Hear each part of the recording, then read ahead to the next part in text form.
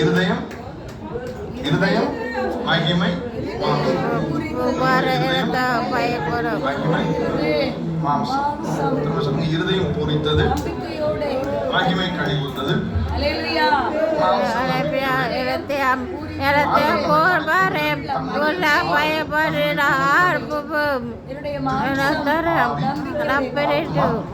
சரி, திரும்ப சொல்லுங்க. மாம்சம் இருக்கு, ஆத்மாதான். அப்ப மகிமைனா என்ன?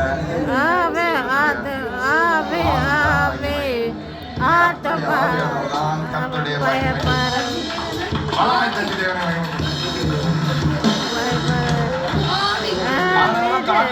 நீர் என் கேடகமும் நீர் மகிமையும் என் தலையை நிமிர பண்ணுகிறவர். மகிமை என்றால் யார்? 60:1 சொல்லுகிறார், எழும்பி பிரகாசி உன்தான் மேல் இருக்கிற தடுகிறோம்.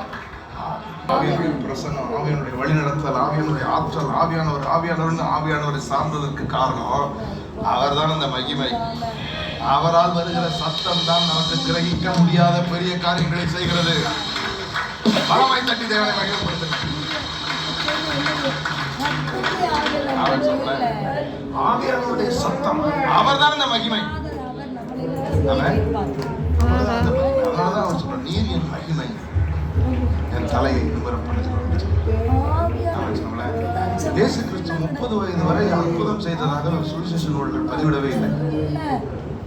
ஆனால் அவருடைய 30வது வயதிலே அவர் ஞானஸ்தானம் எடுக்கிறார். பரிசுத்த ஆவியானவர் வந்து அவரை நிரப்புகிறார். அதைத்தான் பேதுரு பிரசங்கம் 10:38 தேவன் அவரை பரிசுத்த ஆவியினாலும் வல்லமையினாலும் அபிஷேகம் பண்ணினார். நன்மை செய்கிறவராய், பிசாசை பிடியில் அகப்பட்டவர்களை குணமாக்குறவராய், விடுவிக்கிறவராய் சுற்றி திரிந்தார். After his 30th age, when he was anointed by the Holy Spirit, கானாவூர் திருமணத்திலே தண்ணீரை திராட்சரசமாக மாற்றுகிறார். யோவான் 2வது அதிகாரம் 11வது வசனம் சொல்கிறது. John the Gospel chapter 2 verse 11 2:11 சொல்கிறது, இவ்விதமாக இயேசு இந்த முதலாம் அற்புதத்தை கலிலேயாவில் உள்ள கானா ஊரிலே செய்து தம்முடைய மகிமையை வெளிப்படுத்தினார். என்ன அர்த்தம்? இவருக்குள்ள ஏதோ இருக்குன்னு எல்லாரும் கண்டுபிடிச்சுக்கிட்டாங்க. நான் சொல்லுகிறேன், இந்த வருஷம் உங்களுக்குள்ள ஒருவர் இருக்கிறார் என்பதை உங்களை சுற்றி இருக்கிறார்கள். பலமாய் தட்டி தேவனை மகிமை வெளியரங்கம் ஆகிறது என்றால் உள்ள இருக்கிற ஆவியானவர் வெளிப்படுகிறார்.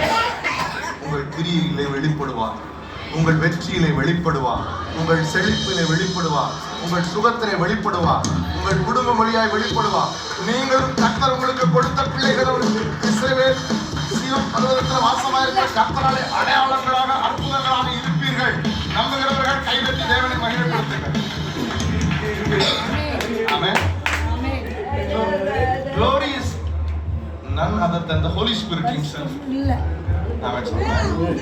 இந்த மகிமையிலிருந்து வருகிற சத்தம் ஆவியானவர் உண்டு பண்ணுகிற சத்தம்.